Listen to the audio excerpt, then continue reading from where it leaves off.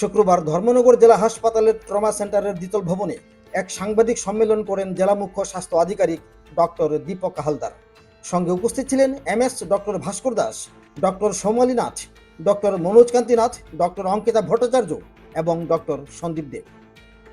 সাংবাদিক সম্মেলনে MS doctor ভাস্কর দাস ঘটনার স্পষ্টীকরণ দিতে গিয়ে বলেন, বৃহস্পতিবার আনুমানিক দুপুর 12টা নাগাদ ধর্মনগর রাজবাড়ি এলাকার বাসিন্দা জালাল উদ্দিনকে অসুস্থ অবস্থায় নিয়ে আসা হয় ধর্মনগর জেলা হাসপাতালে।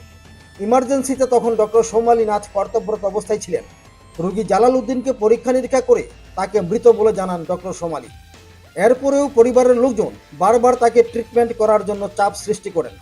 ডক্টর সোমালী নাথ বারবার ওই রোগীকে মৃত বলে ঘোষণা করলেও চাপে পড়ে অবশেষে ইসিজি মেশিন এনে অপরে কর্তব্যরত চিকিৎসককে পরীক্ষা করার জন্য বলেন।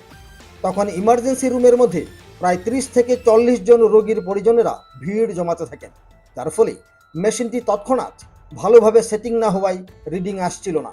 ওই মুহূর্তে রোগীর পরিজনেরা উত্তপ্ত পরিস্থিতির সৃষ্টি করে চিকিৎসকদের প্রতি আক্রমণাত্মক হয়ে ওঠে এবং অশালীন গালিগালাজ করতে থাকে বলে অভিযোগ।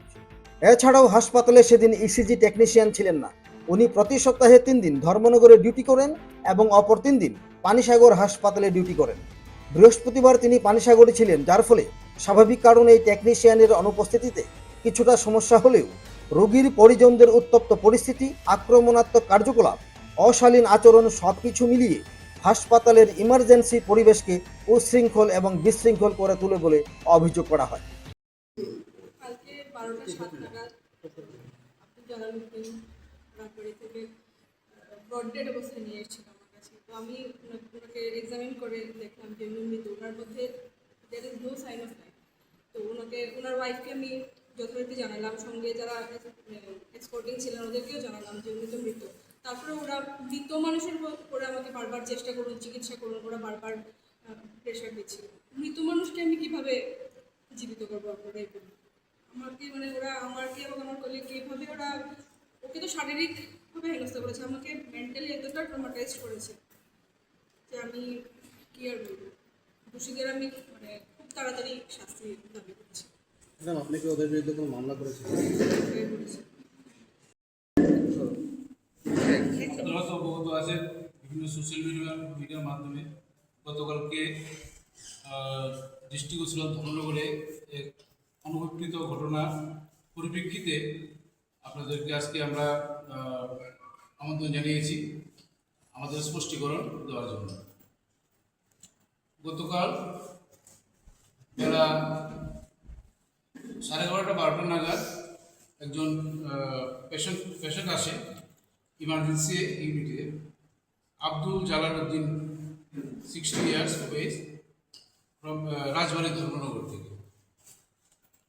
ওনাকে নিয়ে আসার সঙ্গে সঙ্গে আমাদের যে ইমার্জেন্সি মেডিকেল অফিসার ছিলেন ডক্টর সোমালী নাথ, ওনাকে তৎক্ষণাৎ পরীক্ষা নিরীক্ষা করে দেখা গেছে ওনাকে মৃত, এবং সব ধরনের পরীক্ষা করে করে পেশেন্ট পার্টিকে কাউন্সিলিং করা হয়েছে, আশ্বস্ত করা হয়েছে যে পেশেন্ট মৃত বলে ঘোষণা দেওয়া হয়।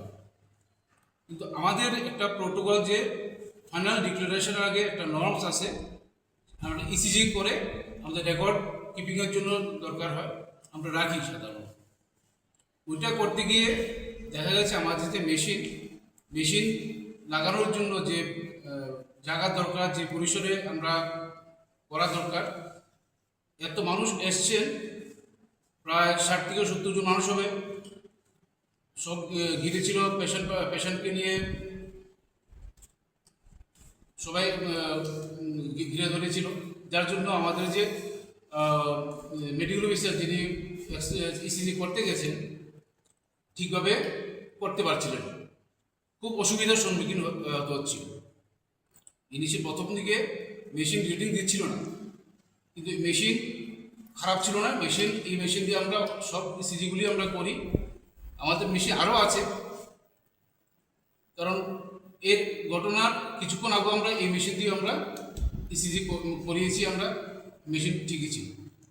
যাই হোক, তারপর পেশেন্ট বাড়ি যারা ছিলেন, ওখানে যারা উপস্থিত ছিলেন, সবাই সাংঘাতিক গোলমাল শুরু করে এবং আমাদের অন ডিউটি মেডিকেল অফিসার যারা ছিলেন ওদেরকে হেনস্থা করার চেষ্টা করেন, মানসিকভাবে এবং শারীরিকভাবেও ওনারা আমার মেডিকেল অফিসার এবং স্টাফদেরকে হেনস্থা করেছে। আমরা এর তীব্র প্রতিবাদ জানাই। আমাদের হসপিটালের পক্ষ থেকে এবং অল ত্রিপুরা গভর্নমেন্ট ডক্টরস অ্যাসোসিয়েশনের পক্ষ থেকে আমরা এই ঘটনার তীব্র নিন্দা জানাই এবং দোষীদের অবিলম্বে গ্রেপ্তার করে শাস্তি দেওয়ার দাবি জানাই। ধর্মনগর থেকে দেবমাল্য কাশ্যপের রিপোর্ট, ত্রিপুরা পাইওনিয়ার।